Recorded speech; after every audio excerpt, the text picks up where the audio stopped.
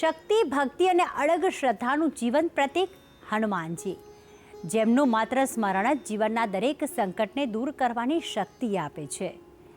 એવા પવનપુત્ર હનુમાનજીનું એક અતિ પવિત્ર અને ચમત્કારિક ધામ આવેલું છે અમદાવાદના ઓઢવ વિસ્તારમાં. કહેવાય છે કે અહીં લંબે હનુમાન દાદાના દર્શન માત્રથી જ ભક્તોના દુઃખ દૂર થાય છે અને મનને શાંતિ મળે છે, તો જીવનમાં નવી ઉર્જાનો સંચાર પણ થાય છે. તો આવો આજે ભક્તિભાવ સાથે આપણે પણ પહોંચી જઈએ આ પવિત્ર ધામમાં અને કરીએ શ્રી હનુમાનજીના દર્શન અને લઈએ તેમના આશીર્વાદ. દેવ હનુમાનનું સુંદર સ્વરૂપ. અહીં હનુમાન યુવા અવસ્થામાં આપે છે દર્શન. પ્રાકૃતિક વાતાવરણની વચ્ચે સ્થિત છે દાદાનું અનોખું ધામ. શ્રી રામ ભક્ત હનુમાન. આમ તો દેવ હનુમાન શ્રી રામના ભક્ત કહેવાય છે, એટલે જ્યાં જ્યાં પણ રામ મંદિર હોય ત્યાં દેવ હનુમાનની મૂર્તિ પણ અચૂક હોય છે.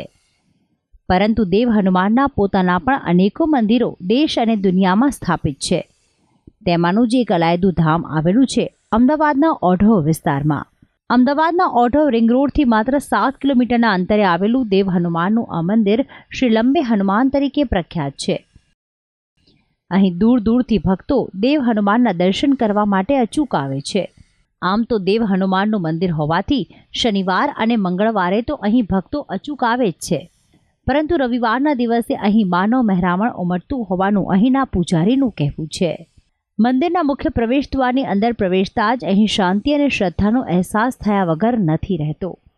અહીં મંદિરમાં ડાબી અને જમણી બાજુ બગીચા બનાવાયા છે અને વચ્ચે પગદંડી પરથી ચાલીને સીધા પહોંચાય છે શ્રી લંબે હનુમાનના દર્શને.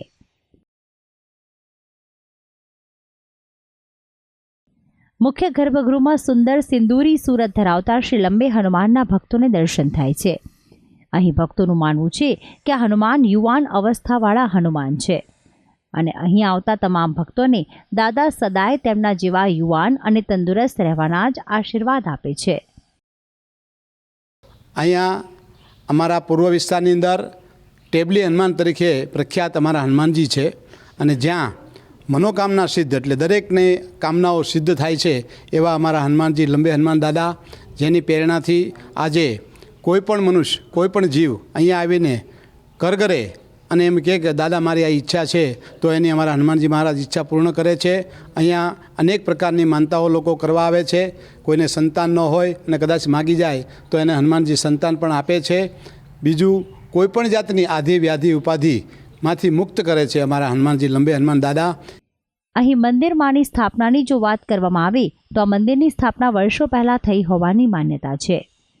લોકો વાયકા છે કે આ મંદિરથી થોડે દૂર જ એક સિદ્ધ મહાદેવનું મંદિર હતું, જે મંદિરનું પતન થતાં ત્યાં રહેલ આ હનુમાન દાદાની મૂર્તિને સ્થાનિક લોકો અને તે સમયના મહંત દ્વારા અન્યત્ર ખસેડવાના કાર્યમાં આ મૂર્તિ સ્વયં આ સ્થાને આવી ગઈ હતી અને ત્યારબાદ જ આ મૂર્તિની જ આસપાસ મંદિરનું નિર્માણ કરવામાં આવ્યું.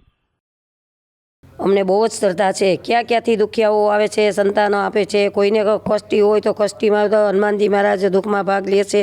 તે સિવાય અમારે વામન સ્વરૂપે અમારા માતાજી ભગવાન સ્વરૂપે અમે માની છીએ. અમે માતાજીની સાધુ સંતોની અહીંયા સેવા કરવા આવી છે. નિકોલ, નરોડા, રખિયાલ, ઓઢવ, કઠવાડા, બિલાસિયા, આજુબાજુના વેલાલ, ઉકા, ઘણા બધા આજુબાજુના ગામડાઓ બધાએ હનુમાનજીને માને છે અને હનુમાનજીનું નામ એટલે માટે લંબે હનુમાન પડ્યું છે કે હનુમાનજી ગામથી બહુ લાંબા દૂર છે એટલે એનું નામ લંબે હનુમાન પડ્યું છે.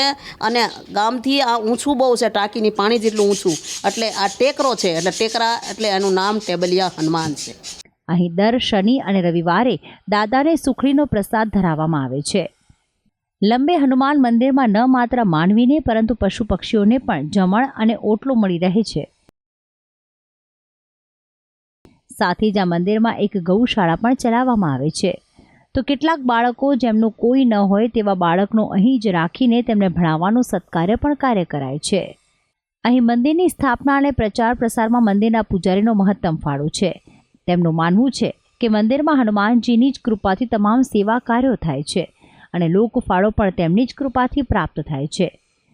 ખરેખર દૂર દૂરથી ભક્તો અહીં દેવ હનુમાનના દર્શન કરીને પૂર્ણતાની પ્રાપ્તિ કરે છે.